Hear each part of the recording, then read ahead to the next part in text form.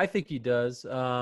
Wrestling fans are very forgiving and they like a good comeback, right? And imagine if they can, introduce him with that song, that cult of personality, that thing hits, people would go crazy. Of course, no one will be in attendance when it hits these days, but I think at home they would go crazy. And I think he's a recognizable name to WWE fans and also, of course, to AEW fans. So if AEW can sign him, I think that would be a huge coup. And I also think he would be a shot in the arm for the WWE audience as well. As I just think he, he is such a great talker on the mic, and obviously he's a great pro wrestler. He's older now, but believe it or not, I actually think he got some street cred for what he did in UFC. I know it didn't go his way, but I think that he proved if you only fought once and lost the way he did and never came back, I think people kind of would have laughed at him.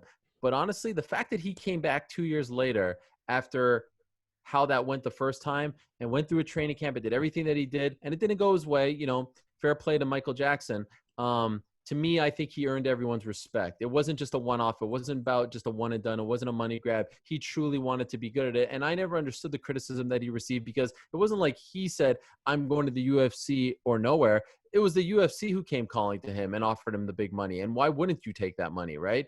And I don't think he took anyone's slot. Like the whole CM Punk and UFC experience to me was way overblown and people got way too upset about it. And I don't think he lost any credibility doing that. So I think he would be a huge coup for any wrestling organization. I didn't know this. I didn't know I'm not as into the wrestling news these days as I am the MMA news, only because there's just so much going on in the world of mixed martial arts. But I would love to see him come back, even if it's for like a short run.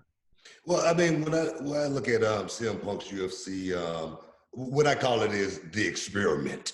You know what I mean? It worked out for everybody. You know what I mean? We got huge ratings. CM Punk got a big check. At the end of the day, nobody got hurt.